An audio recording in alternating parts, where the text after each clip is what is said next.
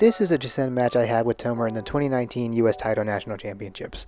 I want to go through this video and break down the different exchanges that we had and try and showcase what we did well and some mistakes that we made in order to showcase some of the best practices you can do in Jissen. So let's get into the video and I'll just break down each exchange that we have.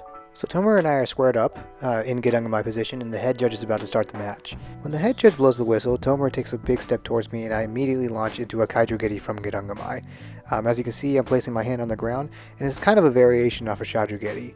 So this technique I use pretty often. It's essentially a trigger for me. The second someone steps into my range, I like to launch this technique without even thinking, and I feel like it really speeds up my reaction time and I don't really have to think about it.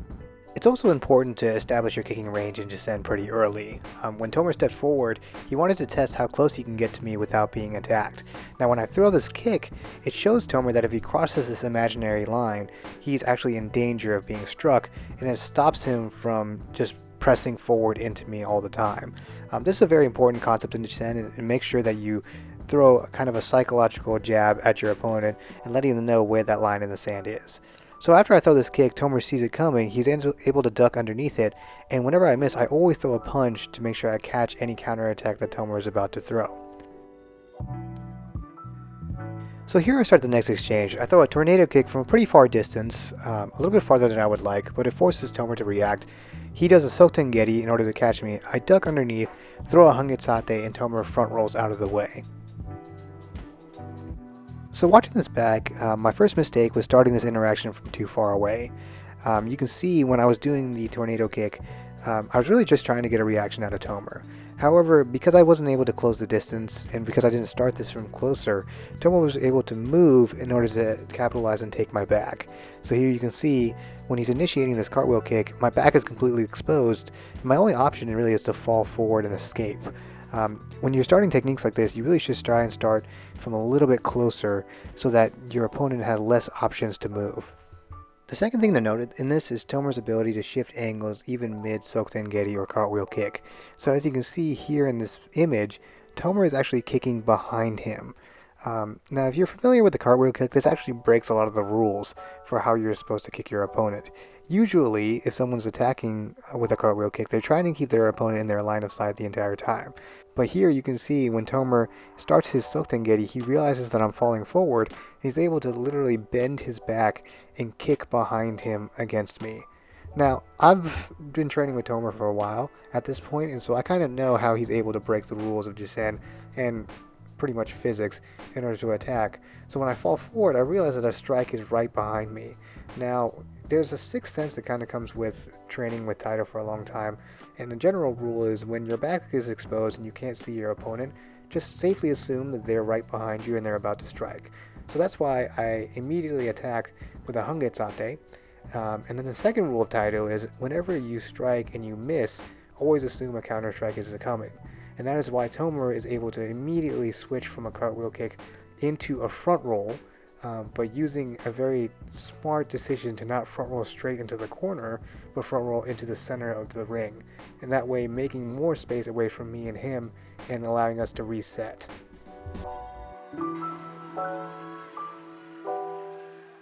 So I started this exchange again with a jumping spinning Hienzuki, and I actually start from a closer distance this time in order to force a reaction out of Tomer. And now, this reaction is actually beneficial to me. Tomer ducks underneath, thinking that he was able to do maybe a Hangetsate or a spinning attack from there, but he times it wrong, and he's actually directly underneath me now. So when I land, I should be able to punch him.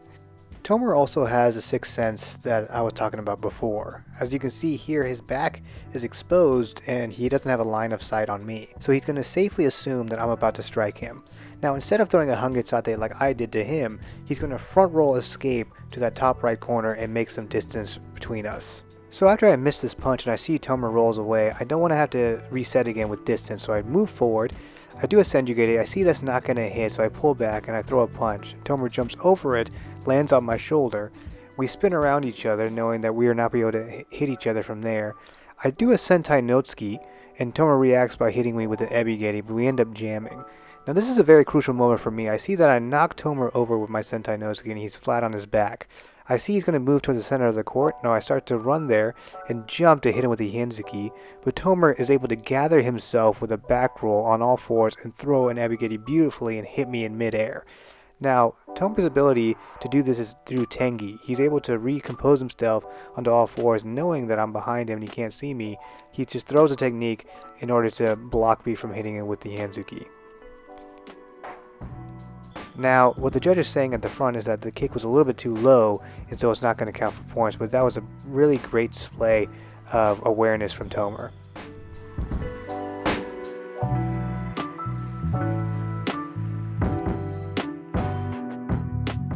So this next exchange is pretty fun. I start with a Sentai Notsuki, and Tomer reacts immediately with a Hangetsate. Now when I spin, I look, I see Tomer is in this position to hit me in the back, and I don't have enough time to duck or jump. So I decide to fall directly onto Tomer in order to stifle his Hangetsate and stop him from hitting me in the back. From here, I try to cartwheel over Tomer and take his far side. Now I'm thinking by cartwheeling low enough, I can plant Tomer in the same place, giving me enough time to get up and punch. But Tomer realizes when I go over to his far side where that punch is coming from, and he's able to escape towards the center of the court and make some distance. So this is where I made my fatal mistake in the match. I realized throughout the match I was doing my best against Tomer when we were in close proximity to one another in long exchanges. So what I was trying to do here was close the distance quickly and force Tomer to react to my techniques to start one of these exchanges in order to open an opportunity for me. And the technique I chose to close the distance was a Sokuten or cartwheel. Now, before I was using Sentai, and that was really helpful to me because when I'm doing a Sentai, I'm able to stop myself mid-movement or change directions when I see my opponent is going to attack me back. However, when using gymnastics, I realized that once you start a technique, you have to follow it through all the way. Now, when you're using gymnastics in Taido, you need to make sure you're using it for very specific purposes, either to escape an attack or to attack yourself. If you're just using it to close the distance like this, you end up kind of like a sitting duck for another high-level opponent because they know exactly where you're going to land and they can time a technique to match that exact landing spot. So here you can see Tomer sees me do a cartwheel and he cuts the perfect angle in order to get slightly in front of me, so that when I do a strike right after this cartwheel, he's able to time a perfect Nentai Atagami and wrap his legs around my legs and throw me to the ground. This technique, a Nengi, when it's done perfectly like this, is an automatic win in Jissen, and so Tomer is able to win the match. I hope you enjoyed this breakdown of my match with Tomer in 2019. We actually have a rematch in 2021, in which case I try to really take the lessons I learned from this match and implement it there. I'll be uploading that soon to the channel, but other than that, if you liked what you saw here and you want some more, please like and subscribe. And leave a comment in the comment section if you practice Taido. I really like the idea of building a community of Taidoka in the comment section where we talk about Jissen, Hokeis, other Taido concepts, and really learn from each other throughout the world. So, thanks so much for watching, and stay tuned for more.